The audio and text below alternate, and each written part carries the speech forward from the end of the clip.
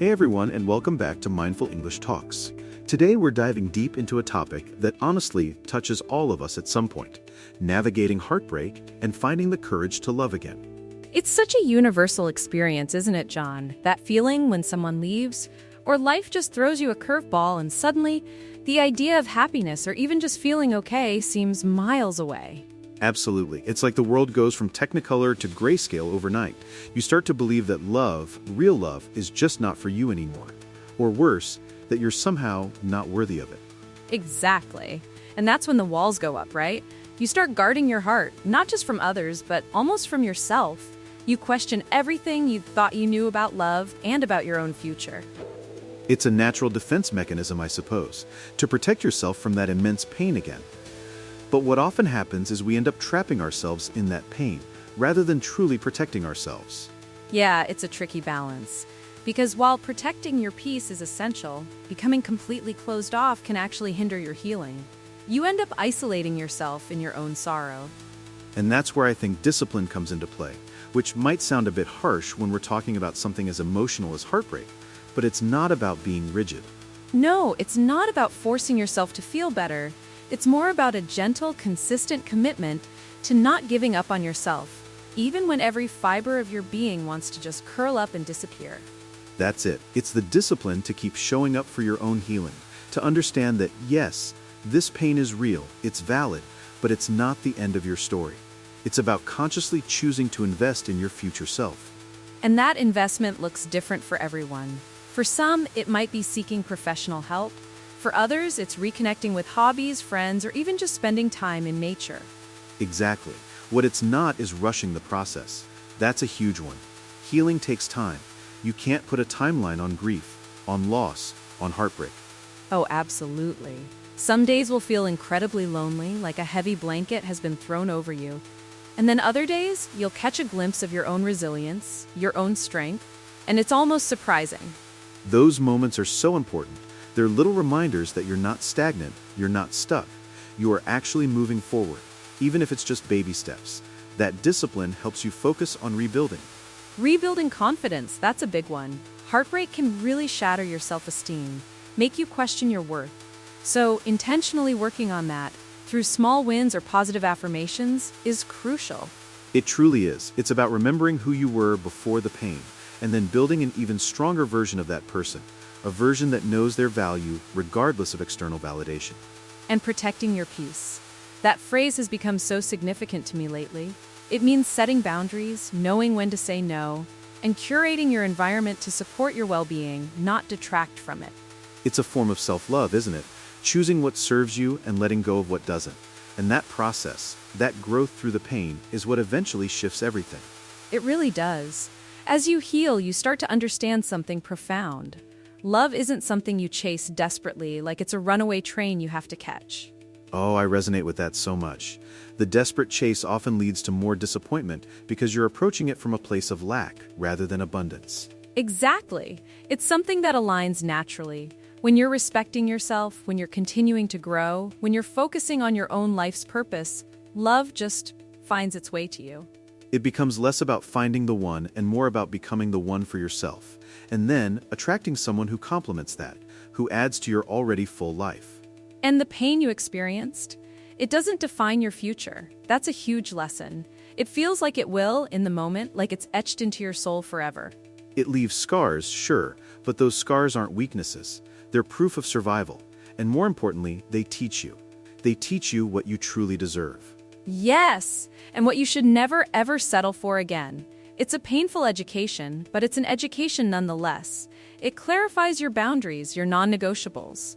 I think that's the silver lining of heartbreak, if there is one. It forces you to get incredibly clear about what works for you and what absolutely does not. It almost raises your standards, doesn't it? Not in an arrogant way, but in a self-respecting way. You realize you're worth more than what you settled for before. So, the advice then is to keep improving yourself, keep learning, keep growing, keep pursuing your passions, because that's where true magnetism lies.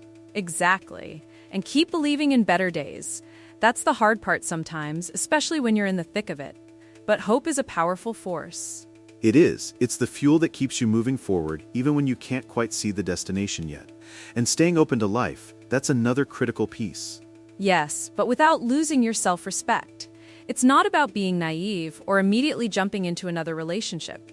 It's about being receptive to new experiences, new connections, without compromising your newly found peace. It's vulnerability with wisdom, opening your heart again, but with the lessons you've learned firmly in place. That's powerful. Because one difficult chapter does not mean your story is over. That sentence, it's like a lifeline when you feel utterly lost. It really is. Think of it like a book. You might hate a chapter, you might reread it, you might even cry over it, but you don't throw the whole book away. You turn the page. And sometimes, the next chapter is the most beautiful one, precisely because of what you went through in the last. It gives it depth, meaning. So, for anyone listening who is feeling that raw ache of heartbreak, remember this. One day, when your heart is truly ready, you absolutely will find love again. And this time, it won't be that tumultuous, dramatic, painful kind of love. It will feel like peace, a calm, gentle, reassuring kind of love. A love that doesn't demand you shrink, but encourages you to expand. A love that feels like coming home. And it's worth waiting for. It's worth the work you put into yourself during this healing journey. Don't ever lose sight of that. So, keep going, keep believing, keep growing. Your future self will thank you for it. Angelina, thank you for this incredibly honest and uplifting conversation. Thank you, John. It's been a privilege to share this space and this message. To all our listeners, take care of your hearts. You are worth it. That's all for today on Mindful English Talks. Until next time, remember to be kind to yourself. And keep turning those pages. Definitely. See you next time. Bye, everyone. It's so easy to fall into that trap, isn't it? Where the heartbreak defines your entire identity, and you forget who you were before it. Absolutely. It's like wearing a lens that only shows you the negative, the loss, and every potential new connection feels like a threat rather than an opportunity. Right, you see warning signs everywhere, even where there aren't any, and then you inadvertently push people away, or you don't even let them get close enough to try. Because the thought of going through that pain again is just too much to bear. It's a very primal fear, actually. The fear of being hurt. And that's where the idea of discipline comes in, not as a punishment, but as a commitment to self.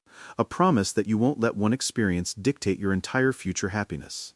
It's choosing to believe in your own resilience, choosing to nurture your inner strength even when you feel weakest, and acknowledging that it's okay to have bad days.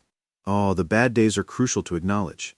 You wake up some mornings and it just hits you, out of nowhere, and it feels like you're back at square one. Yep, those waves of grief. But the discipline is in recognizing it, allowing yourself to feel it for a moment and then gently redirecting yourself back to the path of healing. It's not about suppressing those feelings. It's about not letting them paralyze you. It's like, okay, I feel this. Now what's one small thing I can do for myself today? Exactly. Whether that's going for a walk, listening to music, talking to a friend, or even just making sure you eat a good meal. Small acts of kindness towards yourself. And those small acts accumulate. They build up your confidence. They remind you that you are capable of self-care, of nurturing yourself, even when someone else isn't doing it for you. Which is such a powerful realization, because often we attach our sense of worth to external relationships. Heartbreak strips that away, forcing us to find it within. And that's where true strength lies, isn't it? When you know your worth isn't dependent on anyone else's opinion or presence in your life. It's the foundation for any healthy future relationship, actually. Because if you're not solid in yourself, you're always looking for someone else to complete you, which is a recipe for disaster.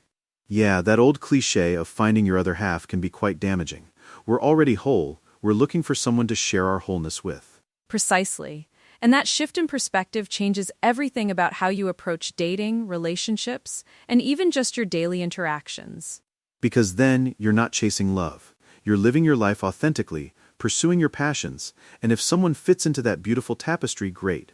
If not, you're still whole. And that's when it aligns naturally. When you're not desperate, not trying to force something, you're just being you, and the right person is attracted to that genuine energy. It's like the universe has a way of bringing things to you when you're truly ready, when you've done the internal work, but you have to create that space for it. And part of creating that space is learning from the pain. Not dwelling on it, but extracting the lessons. What did this experience teach me about myself, about what I truly need? What are my absolute non-negotiables now? What are the red flags I missed before that I'll be hyper aware of now? It's not about becoming cynical, it's about becoming discerning. Exactly. You know your boundaries better, you understand your emotional needs with greater clarity, and you're less likely to fall into old patterns that didn't serve you. So, keep improving yourself. That's the core message here. Not just for future love, but for your own well-being. Read that book, take that class, learn that skill. Pursue that dream. Travel, spend time with people who uplift you, invest in your friendships. Those are all forms of self-love that make you a more vibrant, interesting person. And that confidence, that fullness, that's what truly attracts healthy love. Not a desperate plea, but a joyful invitation. And keep believing in better days. Even on the days when it feels impossible, hold on to that tiny flicker of hope because it will grow. It always does. Time is a remarkable healer, when you allow it to be. And staying open to life, that doesn't mean jumping at the first person who shows interest. No, it means being receptive to new experiences, new friendships, new opportunities. Not closing yourself off from the world just because one part of it hurt you. It's a subtle but significant difference. Openness isn't recklessness. It's a conscious choice to engage with life, with curiosity and hope, but always with self-respect as your guide. Because your past pain, your heartbreak, does not define your future. It's a chapter, yes, a very difficult one, but it's not the entire book. And the beauty is, you get to write the next chapters. You get to decide what kind of story you want to live. You have that power. So, envision that future. Envision that peaceful love. And work towards becoming the person who attracts and cherishes that kind of love. Because when your heart is truly ready, truly healed, truly at peace with itself, that's when the most beautiful connections emerge. Connections that feel like home. Yes, a love that feels like peace, not pain. That's the ultimate goal, isn't it? A partnership built on mutual respect, understanding, and joy. It absolutely is. And it's a future that is well within your reach, if you commit to the journey of healing and self-discovery. Thank you, Angelina, for this incredibly insightful discussion. Thank you, John. It's been a truly heartfelt conversation. To everyone listening, remember your strength, embrace your healing, and never give up on the promise of a peaceful love. That's a perfect note to end on. You are not alone in this journey. We hope this conversation has offered you some comfort and renewed hope. Until next time, take care. Bye for now, everyone. Keep shining.